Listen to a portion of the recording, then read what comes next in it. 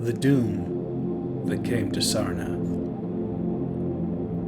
H.P. Lovecraft.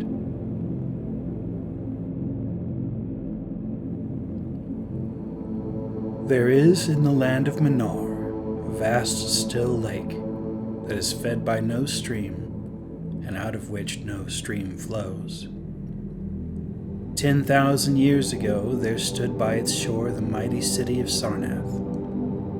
But Sarnath stands there no more. It is told that in the immemorial years when the world was young, before ever the men of Sarnath came to the land of Manar, another city stood beside the lake, the grey stone city of Ib, which was old as the lake itself, and peopled with beings not pleasing to behold. Very odd and ugly were these beings, as indeed are most beings of a world yet inchoate and rudely fashioned. It is written on the brick cylinders of Cadatharon that the beings of Ib were in hue as green as the lake, and the mists that rise above it, that they had bulging eyes, pouting, flabby lips, and curious ears, were without voice. It is also written that they descended one night from the moon in a mist, they in the vast still lake in grey stone city Ib. However this may be, it is certain that they worshipped a sea-green stone idol, chiseled in the likeness of Bakrog, the great water lizard, before which they danced horribly when the moon was gibbous. And it's written in the papyrus of Alarnik that they one day discovered fire, and thereafter kindled flames on many ceremonial occasions. But not much is written of these beings, because they lived in very ancient times, and man is young, and knows little of the very ancient living things.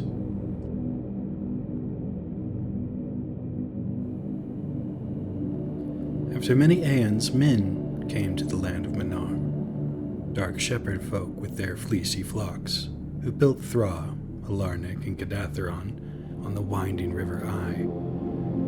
And certain tribes, more hardy than the rest, pushed on to the border of the lake and built Sarnath at a spot where precious metals were found in the earth.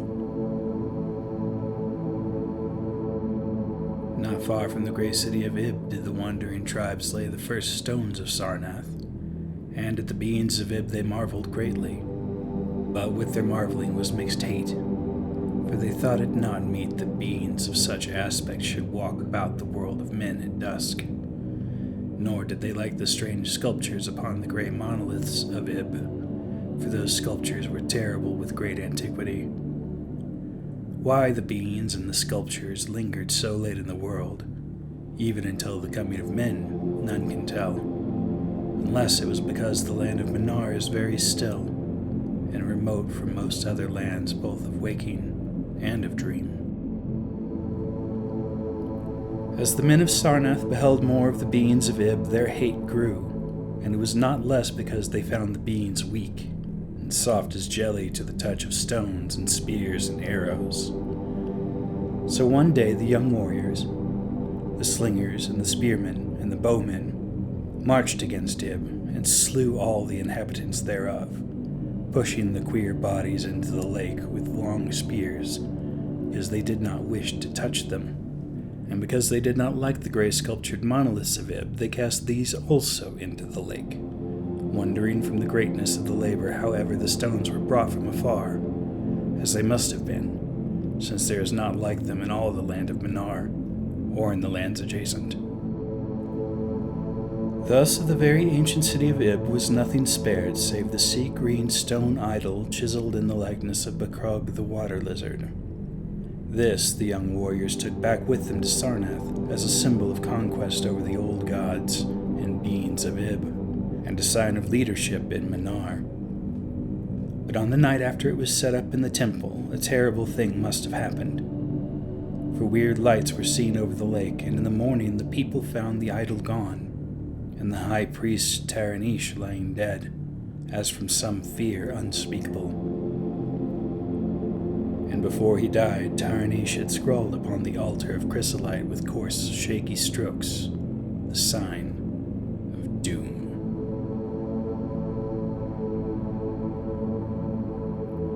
After Taranish, there were many high priests in Sarnath, but never was the sea-green stone idol found, and many centuries came and went, wherein Sarnath prospered exceedingly, so that only priests and old women remembered what Taranish had scrawled upon the altar of chrysolite. Betwixt Sarnath and the city of Alernik arose a caravan route, and the precious metals from the earth were exchanged for other metals, and rare cloths, and jewels, and books, and tools for artificers, and all things of luxury that are known to the people who dwell along the winding river Ai and beyond.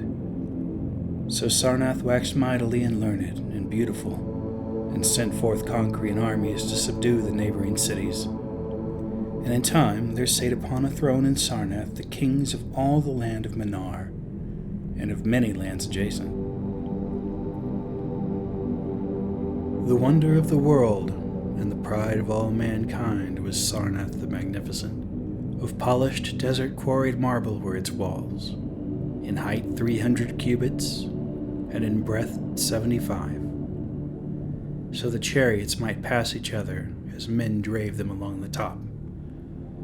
For full 500 stadia did they run, being open only on the side toward the lake, where a green stone seawall kept back the waves that rose oddly once a year at the festival of the destroying of Ib. In Sarnath were 50 streets from the lake to the gates of the caravans, and 50 more intersecting them. With onyx were they paved, save those whereon the horses and camels and elephants trod, which were paved with granite. And the gates of Sarnath were as many as the landward ends of the streets, each of bronze, and flanked by the figures of lions and elephants, carven from some stone no longer known among men. The houses of Sarnath were glazed brick and chalcedony, each having its walled garden and crystal lakelet. With strange art were they builded, for no other city had houses like them, and travelers from Thra and Alarnik and Kadatheron marveled at the shining domes wherewith they were surmounted. But more marvelous still were the palaces and the temples, and the gardens made by Zakar the Olden King. There were many palaces, the least of which were mightier than any in Thra or Alarnik or Kadatheron. So high were they that one within might sometimes fancy himself beneath only the sky. Yet when lighted with torches dipped in the oil of Dothur, their walls shone vast paintings of kings and armies, of a splendor at once inspiring and stupefying to the beholder. Many were the pillars of these palaces, all of tinted marble, and carven into designs of surpassing beauty. And in most of the palaces the floors were mosaics of beryl, and lapis lazuli, and sardonyx, and carbuncle, and other choice materials, so disposed that the beholder might fancy himself walking over beds of the rarest flowers. And there were likewise fountains, which cast scented waters about in pleasing jets arranged with cunning art. Outshining all others was the palace of the kings of Manar, and of the lands adjacent. On a pair of golden crouching lions rested the throne, many steps above the gleaming floor, and it was wrought of one piece of ivory, though no man lives who knows whence so vast a piece could have come. In that palace there were also many galleries, and many amphitheaters where lions and men and elephants battled at the pleasure of the kings. Sometimes the amphitheaters were flooded with water, conveyed from the lake in mighty aqueducts, and then there were enacted stirring sea fights, or combats betwixt swimmers and deadly marine things. Lofty and amazing were the 17 tower-like temples of Sarnath, fashioned of a bright multicolored stone not known elsewhere. A full 1,000 cubits high stood the greatest among them, wherein the high priest dwelt with magnificence scarce less than that of the kings. On the ground were halls as vast and splendid as those of the palaces, where gathered throngs in worship of Zo-Kalar, and Tamash, and Loban, the chief gods of Sarnath, whose incense-enveloped shrines were as the thrones of monarchs. Not like the icons of other gods were those of Zo-Kalar, Tamash and Loban. For so close to life were they that one might swear the graceful bearded gods themselves sate on the ivory thrones.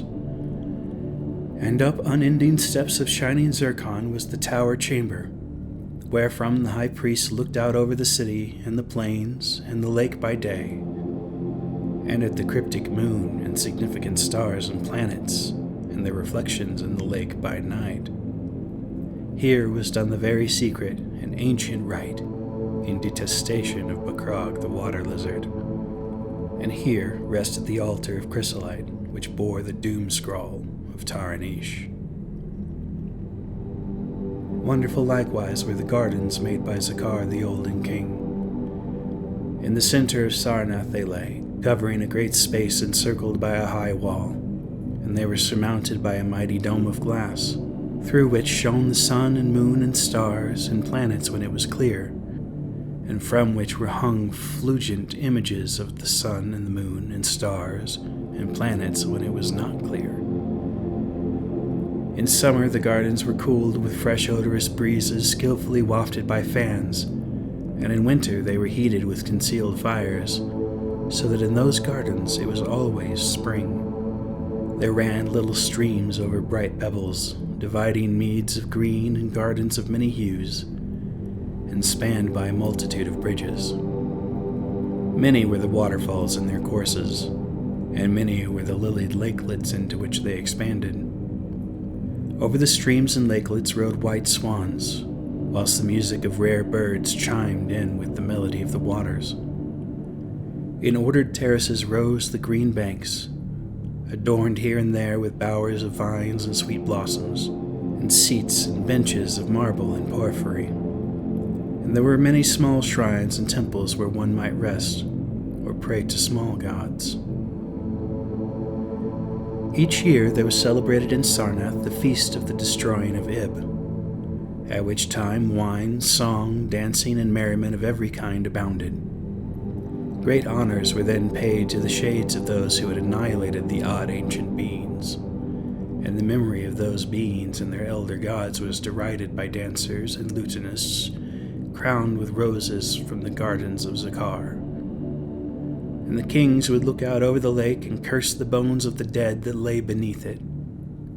At first the high priest liked not these festivals, for there had descended amongst them queer tales of how the sea-green icon had vanished, and how Taranish had died from fear and left a warning. And they said that from their high tower they sometimes saw lights beneath the waters of the lake. But as many years passed without calamity, even the priests laughed and cursed, and joined in the orgies of the feasters. Indeed, had they not themselves in their high tower often performed the very ancient and secret rite in detestation of Bakrog the water lizard? And 1,000 years of riches and delight passed over Sarnath, wonder of the world and pride of all mankind.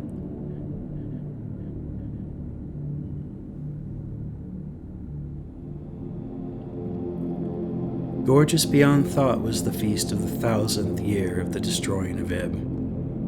For a decade it had been talked of in the land of Manar, and as it drew nigh there came to Sarnath on horses and camels and elephants men from Thra, Alarnik, and Kadatheron, and all the cities of Manar and the lands beyond. Before the marble walls on the appointed night were pitched the pavilions of princes and the tents of travelers, and all the shore resounded with the song of happy revelers. Within his banquet hall reclined Nargis High, the king, drunken with ancient wine from the vaults of conquered Panath, and surrounded by feasting nobles and hurrying slaves. There were eaten many strange delicacies at that feast: peacocks from the isles of Neriel in the Middle Ocean, young goats from the distant hills of Implan, eels of camels from the Benazik Desert, nuts and spices from the Sadatharian groves, and pearls from wave-washed metal dissolved in the vinegar of Thra. Of sauces there were an untold number, prepared by the subtlest cooks in all Manar, and suited to the palate of every feaster. But most prized of all the viands were the great fishes from the lake, each of vast size, and served up on golden platters set with rubies and diamonds.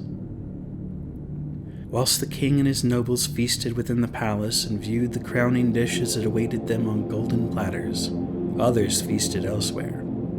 In the tower of the great temple, the priests held revels, and in pavilions without the walls, the princes of neighboring lands made merry. And it was the high priest Genai Ka who first saw the shadows that descended from the gibbous moon into the lake, and the damnable green mists that arose from the lake to meet the moon, and to shroud in a sinister haze the towers and the domes of fated Sarnath.